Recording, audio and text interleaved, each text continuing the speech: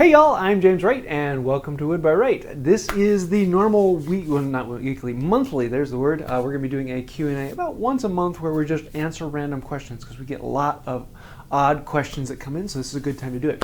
If you are new to the live videos and you're watching this live, then go ahead and throw your ideas in the comments right over there.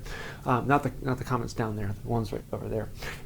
And if you are watching this recorded, then if you look down in the description, we'll actually have a listing of all the questions that we've talked about with a timestamp that will get you roughly close to where they are in the video. So give or take a couple minutes depending upon what things go. So, yeah, we're going to have a little bit of fun tonight. So if you have any questions, go ahead and throw them down in those comments. And I guess it's not comments, it's the chat. And we'll be getting to them. There is a MWTCA meet coming up in Ottawa in September. I think it's September 8th. And I will be going to that. So if anyone is going out for that, I am looking forward to it. But, Ottawa. Yes, Ottawa. It's southwest of Chicago. Oh, Ottawa, Illinois. Yeah. Oh, okay. Yeah. I was just making sure. Cool. Well, we do have a few questions that I collated a little early for you over on the other sheet. I see that, but you totally skipped the first. What's that? You totally missed the first question that there was. Oh, did I? What was that? Yeah, you didn't start right at the very top. Tyker, thereto, asked, what's the toughest wood you've had to plane? Oh, okay. Well, yeah, there were a couple questions that, right, a while Oh, did ago, you? hours Oh, ago you was answered very it. common. Never mind. I'm sorry. But, yeah, let me actually answer that one because that's a good one. The toughest wood I've ever had to plane is palm because it's not really wood. Although I have to say bamboo is really close to that. They're very, very grainy, and you look at them, they splinter off. As in hardwoods, really, really hardwoods, like the Australian woods, I haven't actually had a chance to try that, but the harder the wood is, it just means the blade dulls a little faster. It doesn't make it any more difficult to work with. So, yeah. What else we got? Hang on. I'll start with the ones you cut. And then Alan, apparently, for those who don't know, Alan is one of our regulars. It's on a flight, so I have questions that I have to ask you, so don't let me forget. They're on my phone. You sent them straight to you. You sent them straight to me. He knew. He didn't send them to you. He sent them to the bar boss. Anyways, Mike Hurley asks, I always have trouble after glue-ups. Even buying S4S stock, I always seem to get a cup in it. And what's the best to get the glue? The answer is that wood always moves. No matter how careful you are with it, if the temperature in the room changes or if the moisture content in the room changes, wood will move. And so that's just something you kind of have to live with. And when people buy S4S wood, in other words, it's surfaced on all four sides. So it's been planed and thicknessed and it's all perfect, exactly the way it should be. And a lot of people think that wood is very stable and won't change much. But what happens is when you open up all those sides to air, then there's a whole new surface that can then change moisture content. And so S4S is great as long as you plane it all down and you work on it all in the same area so it's been at the same moisture level. The problem is if you buy that lumber and you bring it into your shop and you glue it up and then you come in the next day and it's all changed, that's because the moisture level in your shop is different from where it was. Usually what you want to do is buy the lumber, bring it into your shop, let it rest, and then do all your work on it. And if you have to do very detailed joinery, you want to make sure that joinery is done very close to when you actually do up all the milling. And so that means a lot of times if you're going to be doing your detailed work, you want to get it close to your milling dimensions. And then right before doing the actual joinery, then mill it down to the exact dimensions and do your joinery and connect it all together. And that way you know that it'll be locked in place for when the expansion contraction comes. So yeah, that is the most common thing. It's usually not a problem with the glue. It's usually a problem with the board has just been transported from one area to another or the shop has changed overnight. So yeah. What else we got? Let's see. The foreman asked, can you use a miter slide like from a table saw for making accurate bevel lines? I asked because my protractor broke. Yes. For those of you who know, the miter slide, there's the word, the thing that slides in the groove on a table saw. And this is what you can clamp your board to and then slide it through the table saw and cut it at an angle.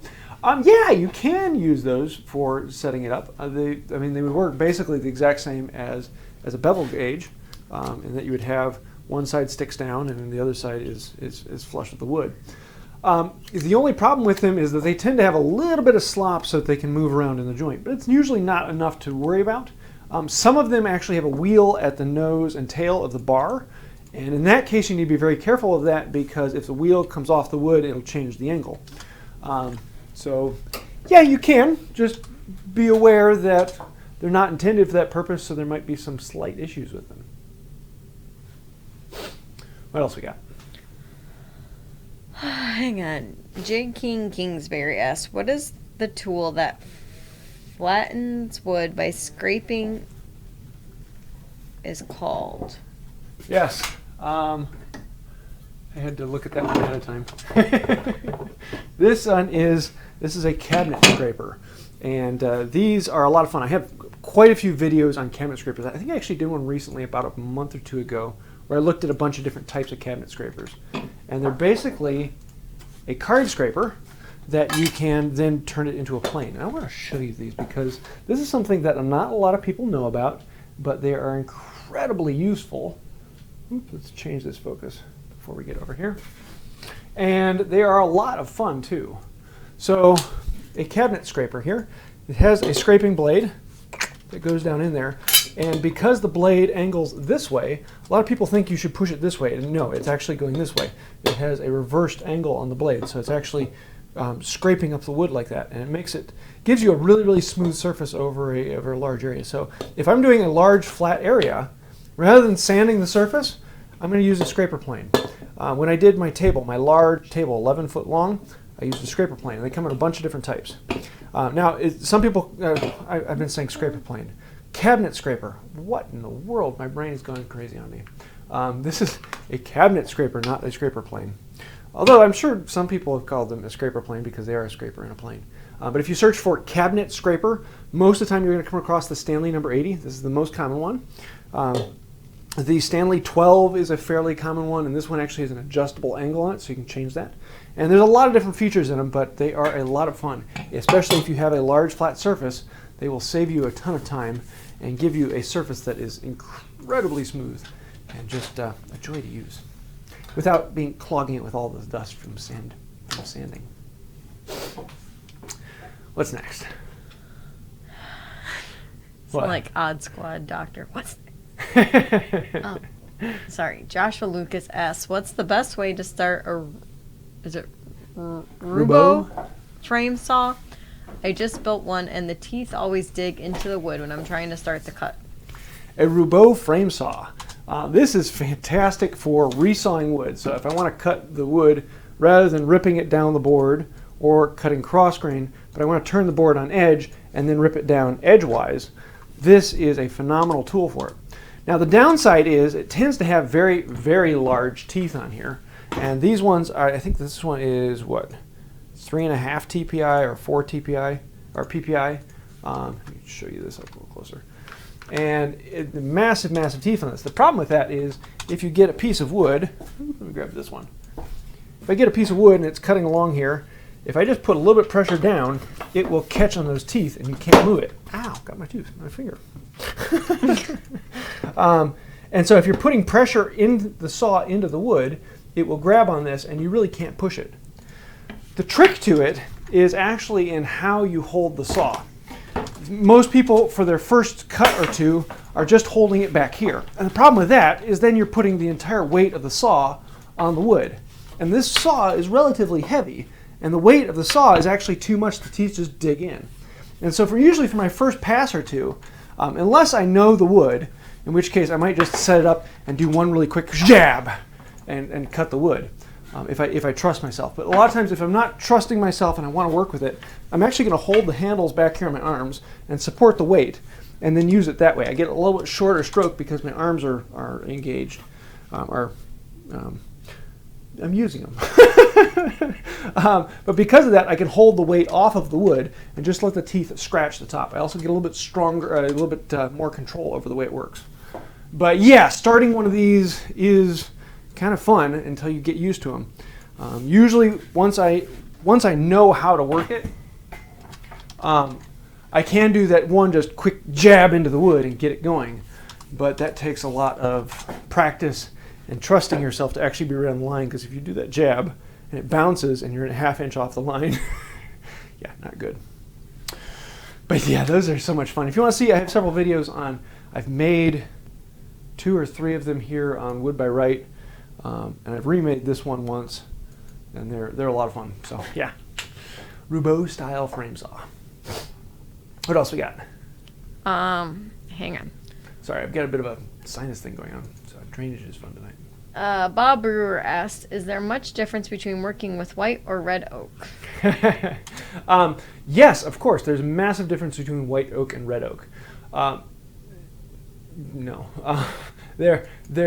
White oak and red oak are 2 big genres. Now, there is a tree called the white oak tree that is inside the white oak family. And then there's the red oak family. And in each of those, there's a range of different trees. And there are some white oaks that look like some red oaks. But there are some red oaks that are way over on this end of the spectrum, and there are some white oaks way over on this end of the spectrum. And then you get into like your live oak, and they can be very, very different. But there are some in the middle that are very similar. So it depends on which one you're talking about. But in most cases, red oak tend to be a little easier to work with. They tend to be a little straighter grain. They tend to be a little bit softer. So the wood itself actually works a little easier. White oak tends to be a lot more wild and have the grain going in different directions. White oak tends to be a little bit more splintery. White oak tends to have a little higher silica count so that it actually will dull your blade a little faster. And so there are differences between them, though they're not huge and vast. And a lot of red oaks can look like white oaks, and a lot of white oaks can look like red oaks. So yeah, that's kind of a varying topic. What's next? Finally got caught up. What is the next question on the list, my wife? Jking Kingsbury asks, where do you buy your wood? I just did a video on this 2 weeks ago, I think it was, 3 weeks ago, something like that. And I actually went through all of my honey holes and where I go through. So definitely take a look for that. If you type in Wood by Wright, where to find lumber, that is the best place for it. And if anyone's ever looking for, have I ever done a video on it? Type in the bar right up here, the search bar. Type in Wood by Wright and then whatever topic you want to say. And you'll come across, I usually have 2 or 3 videos on that particular topic. So I think I'm coming up on 700 videos now. Really? On Wood by Wright. So I think between the 2 channels, I'm over 1,000. Cool. Alrighty. Jared A. Sohn asked, how much different is it to work with kiln dried versus air dried? If you're working with power tools, they feel the same, they work the same, there really isn't that much difference. If you work with hand tools, air dried wood just feels better. There's something about it that is silkier and smoother, and it's kind of the ways why it works. When you kiln dry something, you actually take it down below the humidity level that it would normally be at in its room. And what that actually does is it kind of shrivels up all the fibers and stiffens them. And the nice thing about that is that when it goes into humidity in the future, it will take on more water, but it'll get rid of it very quickly. And so you can get it to an acclimated moisture level very quickly.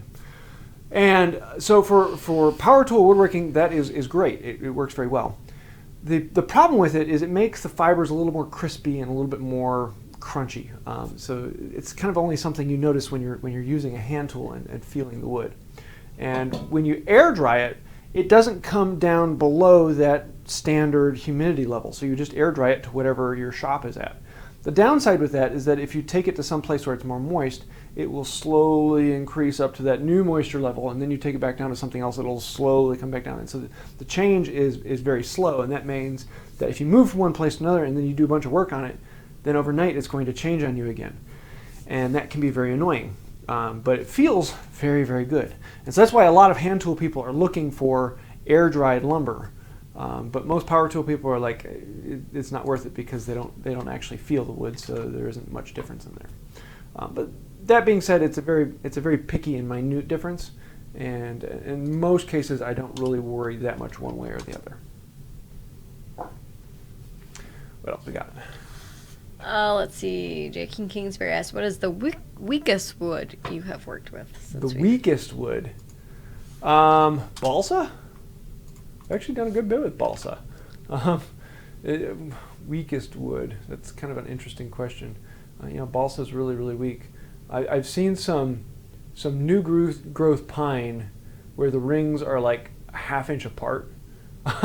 And this tree must have just like visually grown and been absolutely impressive. And that was the type of stuff you can stick your thumb into and you wiggle it between the growth lines. But there really aren't any like fractal woods. They're just depending upon their compressive nature. Balsa. But you can't come across balsa that often, so. Unless you're doing like model airplanes, which is where I did a lot of. What else? Hang on. I'm going too fast. Brian Ross says, "Hi James, I have a bunch of red oak. Would that be all right to make a jack plane with?" Yeah. Now, understand, a lot of people are going to say that you should only make a plane out of beech or hard maple. And beech and hard maple are very good woods for a plane body. They have a smooth texture to them. They are diffuse porous, so you don't see all the ring holes in them. They're really nice. But that being said, honestly, any wood will work. It's just how long will it last? I mean, if beech will last you, 20, 30 years of regular use, red oak may last you 10 years of regular use. But how many people are actually going to use a wooden hand plane for 10 years? So yeah, if you want to use it, great, go for it. And if it's your first hand plane, even better, because then you'll be able to use a cheaper wood, an easier wood, a wood that you have very available, and you can learn on that. Yes, you're going to make mistakes because it's your first one, and that makes it a great wood for it. So dive in, have fun.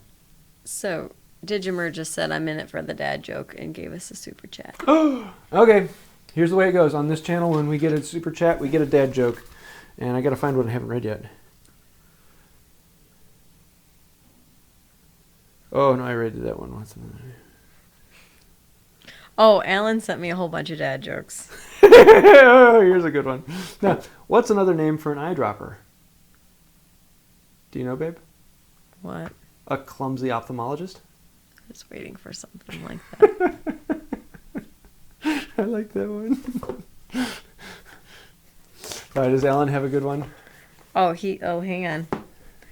Wood by Wright, we're all about the dad jokes. He said, "Here are some dad Texas jokes to help move the evening along." Oh, it's what Jeff Foxworthy has to say about folks from Texas. Do you want me to read them right now? The whole thing? Why don't we wait on that then? Okay. Well, I can read you one. Well, we can come back. Yeah. If someone's in a Lowe's store offers you assistance and they don't work there, you may live in Texas. Well, if we get slow, I can just pull out the. You got it, folks. Keep the questions coming, otherwise Sarah's going to pull out the text. What else we got? Oh, let's see. Samwise asked, "Where do you get your raw linseed oil for your BLO? The link I found in one of your videos. The brand is no longer available." Oh, I'll have to go back and check that out. Honestly, every time I go online and I look for a new one. I haven't found a regular place where I get it from, and I don't get it that much because I usually buy a gallon or two of it, and it lasts me for a year or more.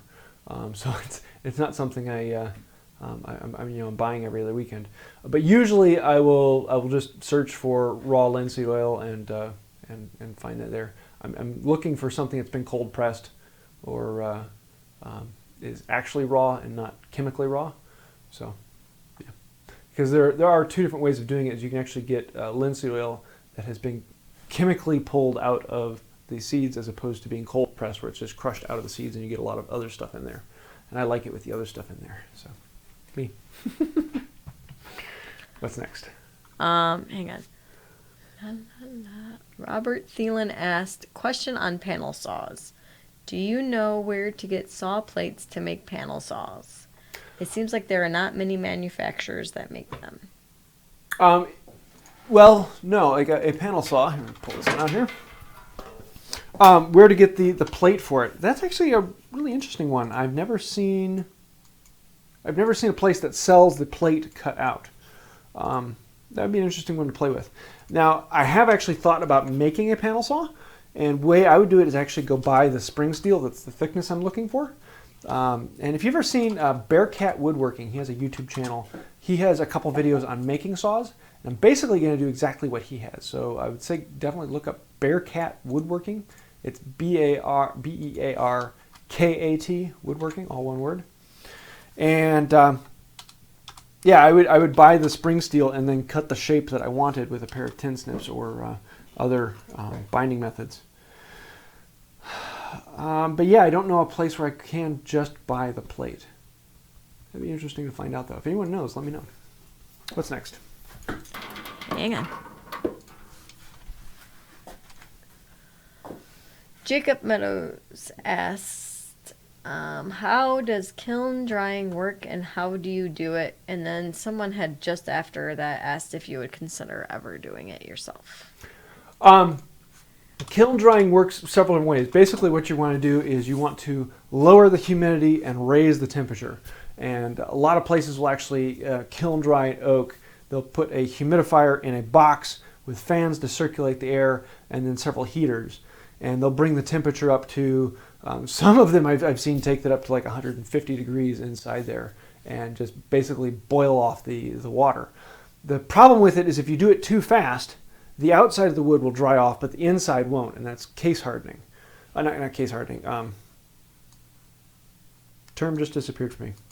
And so you want to do it slow enough so that you get the moisture out of the entire piece of wood, because you don't want it that when you cut into the middle, it's still wet inside.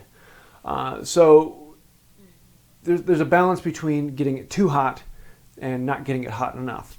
And the other way, the common way is for the average person is to do a solar kiln.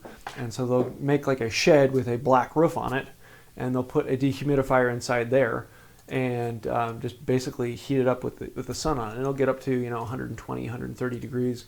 Then you get a dehumidifier in there to actually circulate the air and to pull the moisture out. And that's the very important thing, is you want to get the moisture out of the air. If you just heat it up, then all that moisture is still in the room, and when the temperature comes back down at night, then that moisture goes back into the wood. So you have to get that moisture out of the wood, thus a dehumidifier. The common air drying method is literally stack it up outside and let it sit for a couple years. Put something over it just to keep the rain off, which you don't even have to do that much, other than the top layer of wood will soak it up and get rid of it. And it just sits for several years until it's ready, and then you bring it inside and let it sit again and acclimate to your shop for a while, and then you use it. Whereas kiln drying is a little bit different because it acclimates to the shop a little bit faster than air dried wood. What's next? Hang on. I'm hanging. All right. Oh shoot! I forgot to put a number on that. Mm-hmm. And then Jacob Meadows asks, "Is maple a good alternative to beech for plane making?" Yes, hard maple is a very good wood for it, and I would actually prefer hard maple over American beech. Whereas if you have a European beech, that's like the gold standard is European beech. But I would personally prefer hard maple over American beech, and it's easier to get. So yeah, that's a great wood for it. That's what I made this one out of.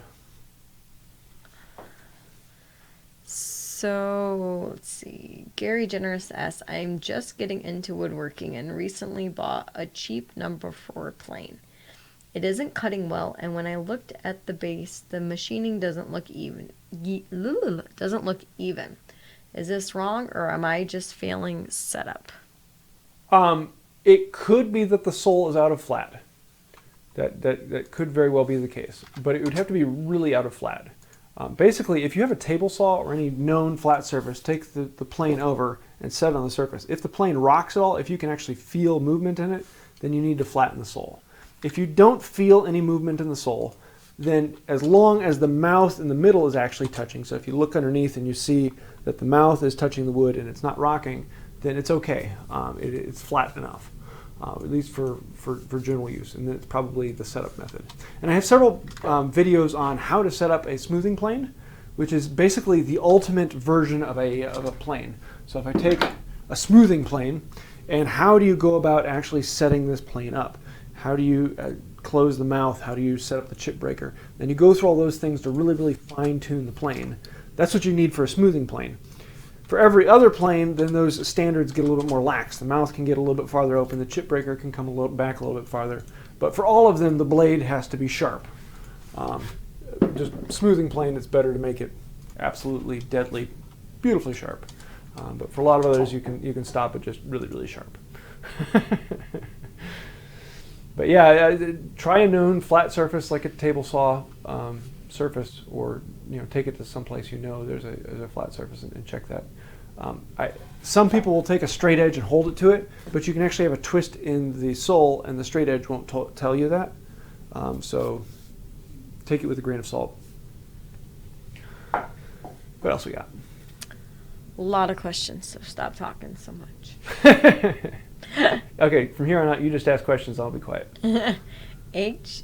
Mahaffey asked, why did you stop using power tools? I moved. I had a full power tool shop, and then we moved into a place where I rented a hangar, and I had all my power tools out there. And then we got rid of the hangar, and I put them in storage in the garage, and then we moved again into a place where we didn't have any space at all, and I sold off everything I had. I just kind of said, well, I guess I'm done with hand tools. I guess I'm done with woodworking. But then we moved into this place, and there's a section that we had that was 8 foot by 10 foot, and I found out I could do hand tools in that. And so I basically relearned woodworking from the hand tools perspective. And I do now have a whole pile of power tools. I have a table saw, I have a planer, I have a lathe, I have a few other things out there that I'll use for other things that are outside the video. But for a lot of things that I do regularly, now that I've gotten good with hand tools, I can do them far faster down here in the shop than I can with setting up a power tool and using that, because there is a lot of time in setup, whereas running the board through the work is fast, but you have to think about all of the setup time. With hand tools, there's almost no setup time. What's next? Matt Robin asked, do you use parallel clamps, and if so, how do you store them? I'm assuming by parallel clamp you are referring to a hand screw clamp, which I actually just did a video on them Thursday, I think it was. And I take them and I clamp them to my joist above. And so I have a whole pile of them up over here. And I've got a few over here and a few over there. Okay, I'll actually show you on this. Here we go. Two, sorry. So yeah, I've got all mine. These ones here, and then I've got a set over on the other side over there that I keep those ones as well, and then I have a few that are checked out on the other side. So I do store quite a bit up in the ceiling here. You're really fuzzy, just so you know. Am I? Sorry. Yeah. Let me see if I can get this a little better. Oh, there's an eyeball. So, because we have to shout out to your dad once in a while. What is Dad's motto about clamps? Oh, you can never have enough of them. There. We said a nice shout out to him. He'll be happy. All right. Steve Does Stuff asked, did you want me to send some of that 150-year-old Texas white oak? Well, that sounds interesting. Yeah, send me an email. Yes. See what we got. I was going to say, that was not an answer. Let's see. Eli Braverman asks, hey, that and what's it, Geek Out Hobbies, both want to know if you would be interested in joining the maker community called the Try Maker Tournament. They're trying to make a community of people learning new skills. Oh, that sounds like fun. Send me some information. Email. It's James Wright at woodbywright.com, right? That's yes, James Wright, all one word, at woodbywright.com. Yeah.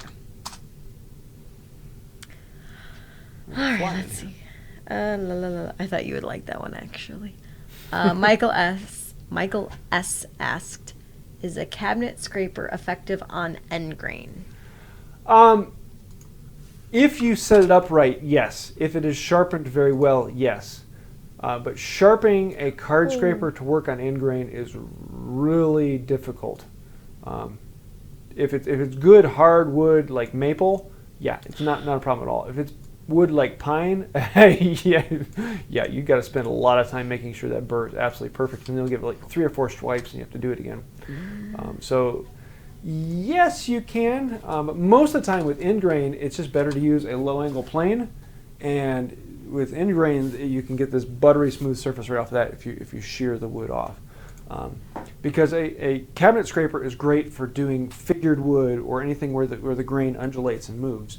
Because it's on end grain, there really isn't any undulation to it. It's all just slicing the fibers off. And so that's where a hand plane really shines. And the cabinet scraper doesn't work as well there. It can, but not worth it. What's next? Hang on. Let's see. Gary Podger. Question, Gary from Australia here. When you started woodwork, were you a natural or did you learn from your mistakes? I learned from my mistakes. I had a dresser that I made when I was... did I make that after I met you? What? The dresser. I think I made it before I met you. What, our big dresser? Like, yeah. You made it after you met me because you knew you were going to marry me, the big tall one? Well, I was planning to make it before I met you. That was a design I had for a long time. I think you made it. Because then you used the router I bought you on it? Yeah, oh yeah, I did. Yeah, yeah, I made this massive dresser. It was huge, it was tall, it was exactly what I wanted in a dresser. And it was the first really large piece of furniture I made. And it was a great dresser, but I learned a lot on it, and there were a lot of little problems with it. And after moving like 10 times and dropping it down the stairs once and dropping it off the back of the truck once, it finally met its demise and cracked. And I had most of it together with dowel joinery. So basically like the predecessor to using a loose tenon joiner. And yeah, it fell apart on me, and I learned a lot from actually destroying it and seeing where does it break and where does it come apart. And then I used all the lumber in that to make the coffee table upstairs, which was my first hand tool project. So yes, I have learned a lot. I've been woodworking since I was 5 years old with my dad in the shop and following him around. And it's not a natural thing. It's a lot of trial and a lot of error. And I do try to show that on the channel, and anytime I come across something that is a teachable moment of, oh man, I broke this. Like this Saturday's video is going to be one of those great things. I made the tote for a plane. So Saturday we're actually making the zebra wood tote to match the zebra wood knob. And I remade that tote 3 times, I think, because I ran into problems, and that will all be in the video. So stay tuned. What's next? Another question. Let's see. Cory Maher asked, what's a good set of starting wood carving tools? Wood carving tools, it is rare to find really good quality tools, good carving tools for less than like $25, $30 a piece. So there really isn't a good beginner set. And that's just because there's so much work that goes into making a decent carving tool. Do not buy the Harbor Freight carving tools. You will spend so much time reshaping those, and half of them aren't even carving tools. They're just like randomly shaped hunks of steel. Do not buy them. They are not worth it. I know they're $7, but it's $7 you could have gone out and bought a hamburger and been far more happy. They're just not worth it. If you're really penny pinching and you want to save all your money, go to a Midwest tool collector's meet or something of that nature, and you'll find a bucket of old chisels for $10 to $20 a piece. They're going to need some restoration. They're going to need some cleanup and sharpening, but they'll treat you far better than anything else. Usually, I tell people go to Two Cherries or to File, P-E-F-I-L-E. Someone will put it in the comments here. What are you talking about? Those are often you often see them listed as Swiss made, and those are very good. But you're going to be spending $25, $30, $35 a piece, and for the really good ones that they make, they're like $40 a piece. And those are usually what I tell people. That's what you want to get, because anything less than that, and you're going to be driving yourself crazy, and you're not going to be learning anything either. So yeah. For carving. What's that? For carving. For carving, yeah. Or Aldi's. Did you say that? No, those are bench chisels. Those are bench chisels. Oh, never mind. I got you now. I'm learning still. I gotcha. All right. Geek Out Hobbies wants to know, what is your favorite piece you have made? That's a really hard question because usually my favorite piece is whichever one I'm working on right now. Like the knob and tote for that Stanley 10.5, 10.25. That's beautiful. My favorite piece of furniture so far has been the table. I love sitting at that every day and looking at the grain and the pieces that go into it. I'm really starting to love the bed as we're getting closer to this. I worked on it a good bit today, and it's coming out, so hopefully in another week or two we'll have the next video on the bed. And then after that it'll all come out quickly because the next video is the last actual construction video. So yeah, I don't really have a favorite piece. It's just everything I do because I want to, and so most of the time it's because I want to learn something. Like the table, I wanted to learn working with a slab, and that wasn't something I had done before. So it was an experience to learn, and there's so many of that memories held in that piece that every time I look at it, I'm like, ooh, I remember doing that knot, and that's what makes it fun for me. You're smiling at me. I am. Am I not allowed to smile? What's next? I know, usually it's a glare, isn't it? Let's see. Brian Potter asks, what changes to... Hang on. It's the way it's worded. If you were to rebuild your bench, what changes would you make to it? Actually, if you want to see that, I just did a video about a month ago where I looked at this bench. I've had this one for a little over 2 years now, and I went through what do I like, what don't I like, what would I change, what's different about it. And in all honesty, in the major parts of this, I don't think I would change anything. It is a fantastic bench that fits me perfectly, and yeah, I like it. And one of the reasons why that is the case is that I've built several other benches, and I've learned from those, like I like this, I don't like that, and I want to do this instead. And so all those things that I've learned about what I like about a bench go into this. Now this bench is not perfect for everyone, and there is no such thing as a perfect bench because everyone out there has a different desire or a different thing that they like. But yeah, if you want to see that in this particular bench, go take a look at that video, and it will it'll pop up here soon, or you'll have to go find it in my channel. What's next? Let's see. Jking Kingsbury asks, what tool do you use for cutting a log in half? A crosscut saw. This beautiful beast right here. This is the one-man version, and I have a two-man version up in the garage. And it's a logging crosscut saw. So it's got really big crosscut teeth.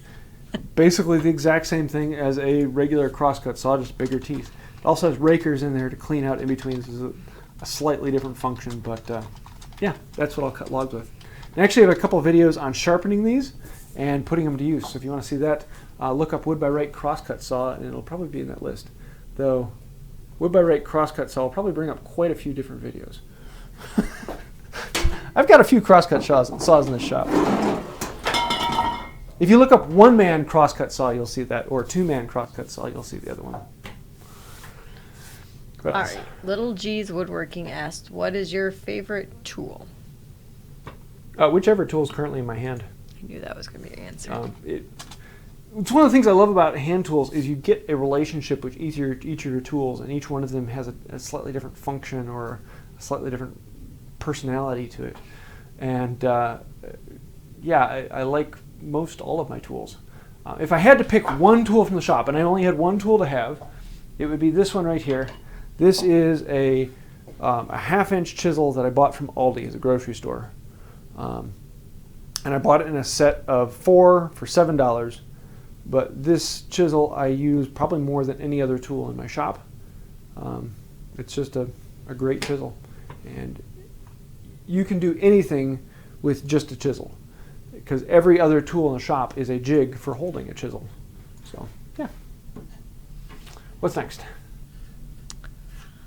Let's see. Greg Cheng asked, how do you feel about taking an economic big box store handsaw and refiling the teeth for the rip or cross cuts?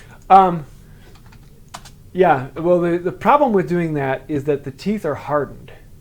So in order to file them off, you have to remove them completely. And doing that is incredibly difficult because you have to get down through all that hardened steel. Unless you have a set of diamond files that you don't mind destroying, yeah, there isn't really a great way of getting down through that. I've seen a couple people who they'll take some tin snips and actually slice off just below the hardened teeth and then file in new teeth. But holy cow, is that a ton of work. And then you're left with a really cheap piece of steel and a plastic handle. And so my next thing would actually be making a new handle. And then if I'm going through all that work, why not just go out and buy a new piece of steel and make new teeth and make a new handle for it? So there really isn't a good benefit for going to a store and buying the teeth, buying the saw, because it's going to be a more expensive route and a very, very time-consuming route, because getting through hardened teeth is difficult. So yeah, I wouldn't. What's next? One second. Just so you know, I think any other questions posted after this point are not going to be running out asked. of time, and we have too many questions. There are lots of questions still that I'm trying Unless we see a super chat, then we'll throw up the question. So Larry Harrell asked, at what point / which factors should you consider when choosing to use pine or hardwood? A lot of people get really picky about which wood to use for which project. And in all honesty, most woods can work for any particular project. The big differences are that pine or softer hardwoods dent easily. And so if I were to make a table out of pine, depending upon the pine, most of them are going to end up being dented very easily if a cup gets set down hard or something bumps into them. And you always have these dents that just are annoying. And so they don't make really good durable surfaces. But for subsurfaces and construction for holding things up, they can work great. And a lot of people are really going to poo-poo them for mortise and tenon joinery. And yes, the softer woods will wiggle out a bit more and loosen up over time. Does that make them bad and you shouldn't use them? Well, no. I mean, they're always going to serve their purpose, and they're going to serve it for a certain amount of time, and then eventually something's going to wear out and you have to replace it. And that works with any wood. It's just with harder woods in those particular applications, they may last a little longer. So don't worry about that. If you only have access to pine, then use pine. It works really well. And it's a decently good way to learn. If you can get good results on pine, you can usually get good results on hardwood, because pine tends to crush more, and so your blades have to be even sharper in pine than they do have to be with something that's more like a soft maple or a walnut. You can get away with some really dull blades on walnut. It's a very, very easy wood to work. Pine, not so much. So Greg Cheng just gave you a super chat and said thank you for answering all these questions. Oh, thanks, Greg. Then I think you get a new dad joke. James can't see any of your posts. That's why I have to tell him when super chats are coming through. Why is this coffee so muddy? Because it was ground yesterday. It's better than the guy one. What's next? That's about as greeting as Arthur's. Did you know? Did you know? I'm sorry. Oh, Mathew Anderson. Hi, James. What is the most overvalued, I can't say it, tool in most wood shops, power or hand, and how about undervalued?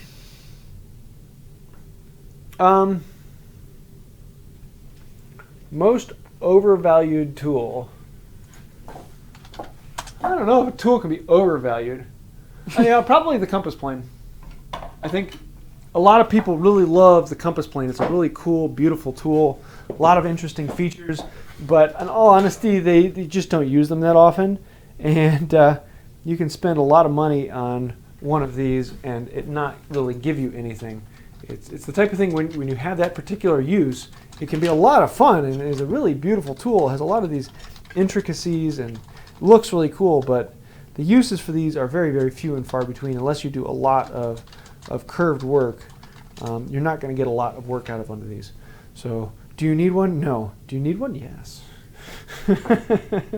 Undervalued, I think, for the vast majority of woodworkers out there, is the simple chisel. I've seen so many power tool woodworkers that have a set of chisels that are completely dull. They just bought them from the store and they have chisels because, well, a wood shop should have chisels, right? And being able to have a chisel and understand how this simple chisel can do just about anything in the shop it's a game changer in being able to understand how things work. Being able to use it bevel up or bevel down. And I regularly get comments whenever I use a chisel. Everyone thinks the bevel should be up and using it this way. But if you flip it with the bevel down, you actually get far more control over the chisel. You can have the chisel dive, you can have the chisel rise. If the bevel is up, then all you can do is dive and you start rounding things off. And being able to understand how this chisel is used and the different applications of it, it is an incredible tool. I've got a video that I've been working on now for almost 2 years, not because of the amount of work, it's just one of those videos that I keep pushing off. I'm going to be building a shop stool using only a 1/2-inch chisel and a strop. And I'm literally going into the woods with a 1/2-inch chisel and a strop and chopping down a tree and turning it into a stool using only that chisel. And it's a lot of work, but not as much as most people think. And so that video will be coming out whenever probably after the bed is done, I'll actually be able to dive back into that. I only have like 4 or 5 hours into the project, and I probably have another 2 or 3 more to go. But it's one of those things I just got to get the time set aside and actually do it. That'll be a fun one. Yeah, you having time. I'm not going to say it. Thank you. Douglas Dyar Jr. asks, want to come to the Arts on the Mountain at Montesano in Huntsville, Alabama at the end of September. Send me information. Send an email. All right, let's see. Lucas Apps, what are some uses for a plane that has a fence on it? I got a number 4 size plane for Christmas and it has a fence on it and I'm not really sure how it should be used. A lot of times those fences are worth far more than any plane that they'll ever be attached to. If it's the one I'm thinking of, I've seen them go for $200, $300, $400. So those are really nice. A lot of people, I've never seen them attached to a number 4. That's kind of an odd plane for it to be attached to. Normally it's attached to a number 5, 6, 7, 8, some of the bigger jointers. And what you can do with that is you can put the fence on the side, and if you're jointing a board, so you have a board up in the vise vertically, and you want to make that top perfectly flat and 90 degrees to the side, you can use that fence on the side to ride along the board and make sure that the plane doesn't tip. And the fence will keep the plane nice and flat on the top. The reason why they are very expensive is they weren't very common. Most woodworkers back in the day didn't use them because it's a skill you can learn to keep the plane flat and not twist it. And it's a relatively easy skill to learn, but it means you're going to be messing up a couple boards before you actually get it right. And so it was a rare person who actually had the fence on there. But yeah, they're worth a lot of money now. All right. Let's see. Damien Watson. Good day from Albany, Western Australia. Big fan. I am a complete beginner and I am limited to pine while I learn cost versus ability. What do you recommend as a conditioner? Any home remedies? As a conditioner? I don't know. It's in quotes. So I don't know if it's like a starting project or if it's I don't know what you're talking about. Damien, clarify for us, please. Sorry. We'll come back to it. Let's see. Lynn Odell asks, I am trying to make a dollhouse for my grandkids. Is there a substitute for liquid nails that is non-toxic? I don't know why you would want to use liquid nails.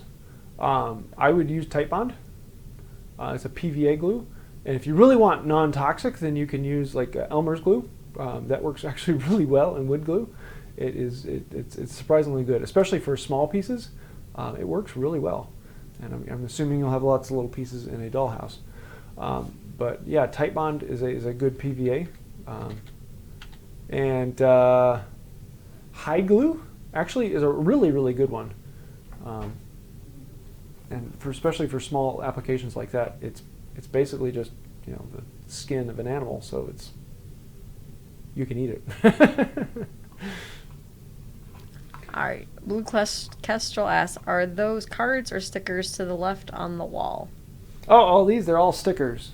So when I first got started on the channel, one of the fun things that everyone did was trade stickers. And I have a rather large collection from over the years. Focus. And I thought about doing a puzzle just of my sticker wall and having a little bit of fun here. But now I ran out of space over here, so I'm going to turn around. Whee! Let's make everyone dizzy. And I've started filling up my cabinet over here, which is probably way out of focus. There we go. And so I got those in there. Lots of fun stickers. Good memories there.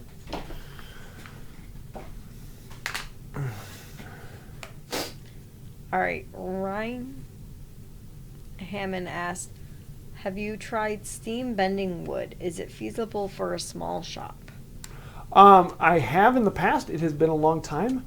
I have a steamer over here that I was going to do a project last winter, but it fell apart on me. Not the steamer, but the project. And I have a project I want to actually do a steam bent sled, so a wooden sled, and do that. So that might be coming up. The only problem with it is you have to build a big box for it. And so depending upon whatever wood you want to bend, you have to build a bigger box that it will fit inside. And so then you have to have a place to store that big box. And thankfully, most of the time when you make these, you make them out of really cheap, junky pine or plywood or something like that. Especially if it's going to be a one-time use, you let it fall apart and then, oh well. So that's the big thing for the shop. Otherwise, they're really not that much of a problem. You can buy a steamer for $30-40, I think I bought mine for, and then plug it into the box, and there you go.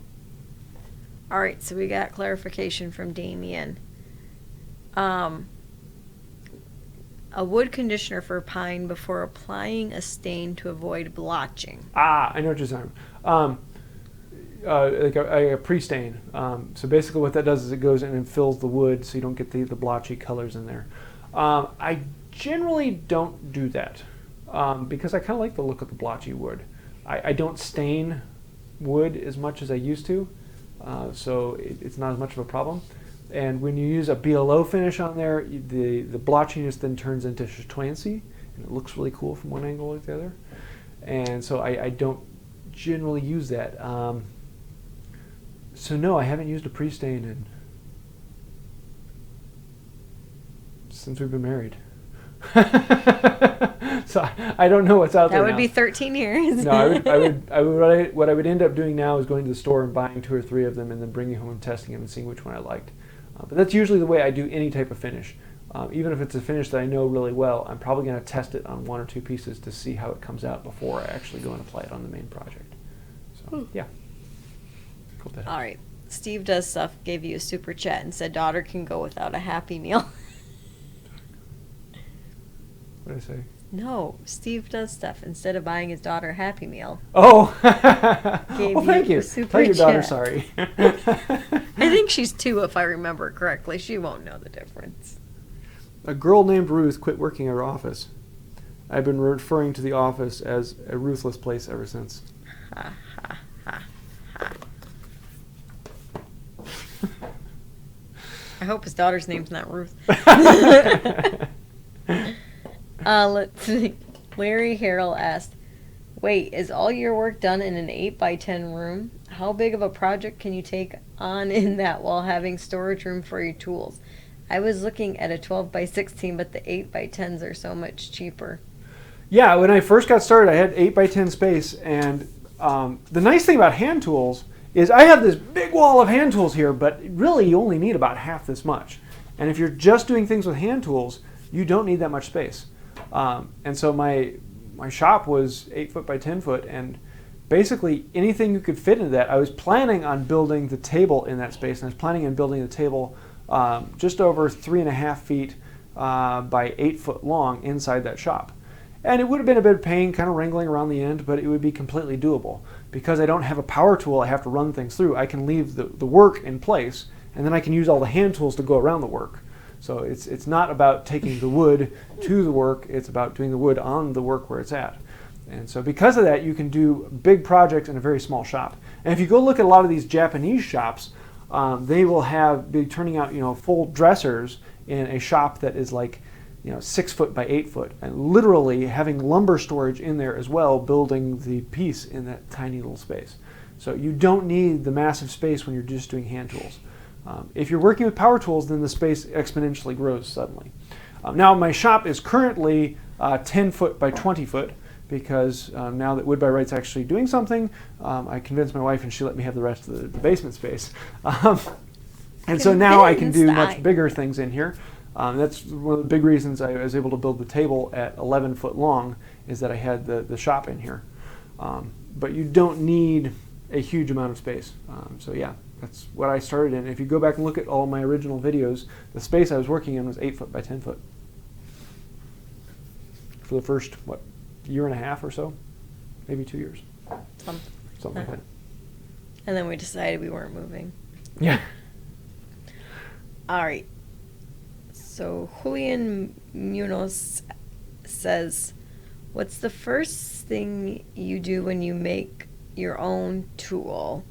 His coping saw just broke and he wants to make a new one. He lives in Chile, and weirdly enough, no one seems to sell coping saws, so he's looking at how to make a mini bow saw. Well, I have a video on making a turning saw. So that is this one here. And these come in all different shapes and sizes. And historically, the woodworkers would make their own tools. It was a very rare thing that someone would actually go out and buy tools up until like late 1800s. Most people would go and make their own. And so you can actually make these in any size you want. If you go to Europe, you will find these saws 3-4 foot long, as well as all the way down to 2 or 3 inches. And so you can just scale the dimensions of this to whatever you want. So you have a stretcher beam here, and then you have a string up top that tightens the top together and then pulls the bottom apart. And so yeah, you can make these, and I think I have 2 or 3 different videos on making turning saws. So if you look up Wood by Wright turning saw, you'll find this one. Alrighty, let's see. Eddie G asked, do you do anything to mitigate rust on your planes? I do not have a whole lot of problem with rust because I'm in an air-conditioned basement, which is a very nice thing. But I do have an entire video on rust mitigation. So yeah, you can look up Wood by Wright rust mitigation. You'll come across that. For most part, for most people, as long as you are regularly using the tool and you oil it when you're done, you're probably not going to have that much issue with rust. In the really severe places, there are other things you can do to that, but I haven't had a lot of chance to play with them because it's not as much of a problem for me. So yeah. All right, jking Kingsbury asks, where can you get a cheap table saw? Craigslist. Craigslist or Facebook. The Facebook Marketplace is probably the easiest place to get them. So, all right. Just so you know, I have like 7 more questions, and that's okay. Let's do 2 or 3 more and go till like 9:02. I was just going to ask the 7 where I said I was going to cut it off. Oh, okay. Because we started a few minutes late, because I can only sing so fast at bedtime. Vincent Gunari asked, what are your thoughts on chalking files?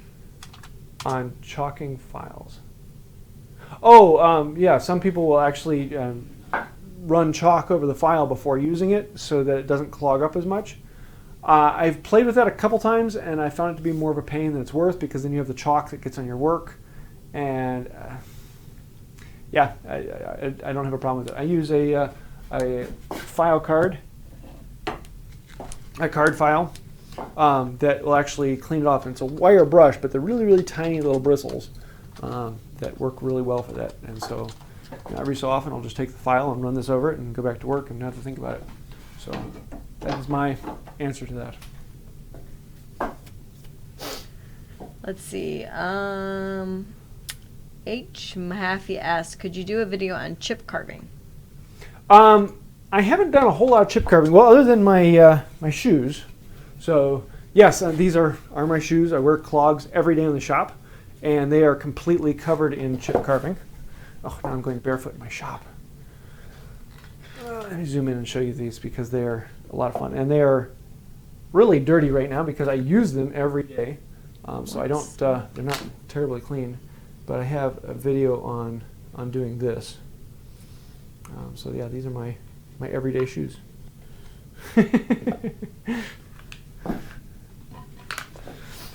Brian Potter asks, do you have a video on sharpening carving chisels? Yes, I have a couple on that as well. I did a live a while ago where we actually went through quite a few tools. I think we called it How to Sharpen Everything. And we went through that. I have a video on how to sharpen gouges. I have a video on how to sharpen a V-tool. So you can look those up as well. The basic thing with carving tools is you keep them sharp, do not let them get dull, so have a strop on your bench and always be hitting the strop. And if you don't have a strop, I sell them on my website. Yeah. Moonwolf71 asks, where is a good place to get a replacement scraper blade for a Stanley number 80 cabinet scraper? If DMF Toolworks is watching this, I would love to hear. I have one of his prototypes here, and that's what I use in this one. And I really like it. He's done some good work on that. So DFM Toolworks. And I haven't heard yet if he's actually started selling them. I think he has, but I need to go look at that. So that'd be my first place, DFM Toolworks. And you've got to look up his stuff. He's the guy who actually makes the card scrapers that I sell, and does an amazing job. And we're currently working on replacement blades for Stanley number 4, Stanley number 5. Yeah, looking forward to that. Other than that, honestly, you can make your own. So get an old saw that you don't care about and cut out the card that you want and stick it in there, and you've got yourself a scraper blade. It's a little bit more flexible and a little more bouncy than the other ones. They tend to be a little stiffer for a cabinet scraper, but they work perfectly fine. And actually, until I got like almost a year or so with the cabinet scraper, I bought one without a blade, and I was using a piece of steel that I cut off with a saw. And so they do work. I think Hawk Tools makes one, and there's a couple other makers out there who do make them, but they're not really common. Let's see. Adam Breitling asks, do you like those more than Henry Taylor gouges? I don't know if that was directed at you. I don't know. All right, so I told you I would ask Alan's question, but then I was reading it and I'm not sure that you can answer it because it's about resawing, and it's been a while because he had a shoulder injury and it wasn't even or smooth. So I don't know. He sent pictures if that's something you need to answer offline or. Yeah, why don't you forward those to me and I'll answer them. Oh, okay. I just didn't want to forget. Let's see. H. Mahaffey asked, how would you make a wooden router plane? I have like 4 different videos on making a wooden router plane. I've made a lot of them over the years, and for a long time until I got this one, I used the router planes that I made, and at one point I actually made 4 of them and made them for a giveaway. And you can make them relatively quickly, and you make the blade out of a whole bunch of different things. So yeah, look up Wood by Wright wooden router plane, or even Wood by Wright router plane. You'll probably come across it. Although I have several videos about this router plane and how it's used, so those will come up too. All right, last question was, Addery Rain, what do you do when you lose complete motivation, like not even just in your projects, but in everything? Usually, whenever I'm working on a big project, I will lose motivation in that. And my main goal then is to find something that motivates me. And usually that is some other project. So I get on YouTube or things like that, and I'll find things that intrigue me, things that make my brain start whirring. And I'll find a project that works with those. And I find that a lot of times those bring me into the concept of, ooh, I can do this. And that starts up the juices again, and I'll go into that, and I'll dive into this project, and that usually then leads into another project. And so I'll find these things that keep me engaged. And then after a little while, then I'll go back to that project and be like, wait a second, I should finish that up. And then I'll dive back into that with new fervor. And so that's currently happening with me in the bed. That was one thing that was kind of falling apart, and now I'm like, okay, I've got to get this done. I'm really, really close to the end on this. And so I spent the day making a few things for it, and hopefully that'll be actually coming out here soon. All right, that's it. That's I it? cut it off at that point. Since Cool. It's Well, then 9:12. let's wrap this up. Next week, I am thinking I'm going to be starting working on a molding plane because Alan has been asking me to make a dovetail plane, and so I am ordering in the blade, and as long as the blade comes in before that, well, even if the blade doesn't come in before that, we might start working on it. So yes, we'll be starting to make a molding plane. It'll probably end up being like a 2 or 3 part series here on the live. So stay tuned for that. It should be a lot of fun. Anything I'm forgetting? I don't think so. Cool. So I think that's about it. And stay tuned for next week. Until then, have a wonderful day. I'm holding reposition. Where's the button? What time does the show start? What? I don't know. It just came up. What time does the show start? If you're talking about this one, 8 p.m. every Tuesday. 8 p.m. Central Time. Unless Sarah has to sing lullabies, then it's 8:05. Anyway. Yeah, usually just plan on like 8:10. Are you ready? Yeah. All Bye. right. Good night.